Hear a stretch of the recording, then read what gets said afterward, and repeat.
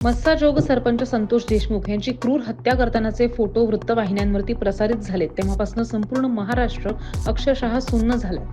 क्रूरतेची परिसीमा गाठलेल्या ह्या सर्व मारेकऱ्यांसोबतच या हत्या प्रकरणात वाल्मिक कराड यांना सुद्धा पोलिसांकडून आरोपी करण्यात आलंय।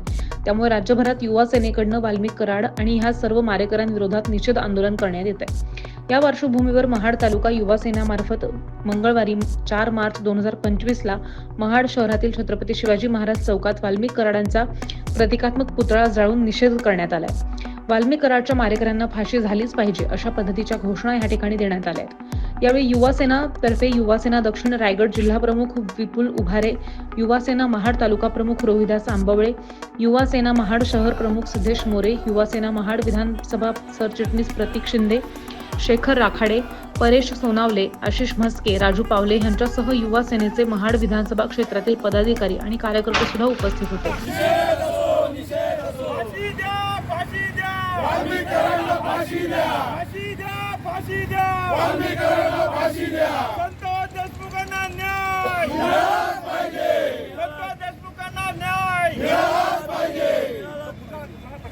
बीड जिल्ह्यातील मस्साजोगचे सरपंच स्वर्गीय संतोष देशमुख यांची ज्या क्रूर पद्धतीने हत्या झाली आणि त्या हत्येचे फोटो काल रात्रीपासून समाज माध्यमांवर व्हायरल झाले, ते फोटो पाहून संपूर्ण महाराष्ट्र हळहळला आहे। आणि या घटनेचा निषेध करण्यासाठी युवा सेनेचे कार्याध्यक्ष पूर्वेजी सरनाईक, युवा सेनेचे महाराष्ट्र राज्य कार्यकारिणी सदस्य विकास शेठ गोगावले यांच्या आदेशाने युवा सेना दक्षिण रायगडच्या वतीने या ठिकाणी क्रूर असा वाल्मिक कराड याचा आज पुतळा घालून आम्ही निषेध केला आहे। आणि वाल्मिक कराड आणि सर्व आरोपींना लवकरात लवकर फाशी शिक्षा व्हावी ही मागणी समस्त युवा सेनेच्या वतीने आम्ही आज करत आहोत।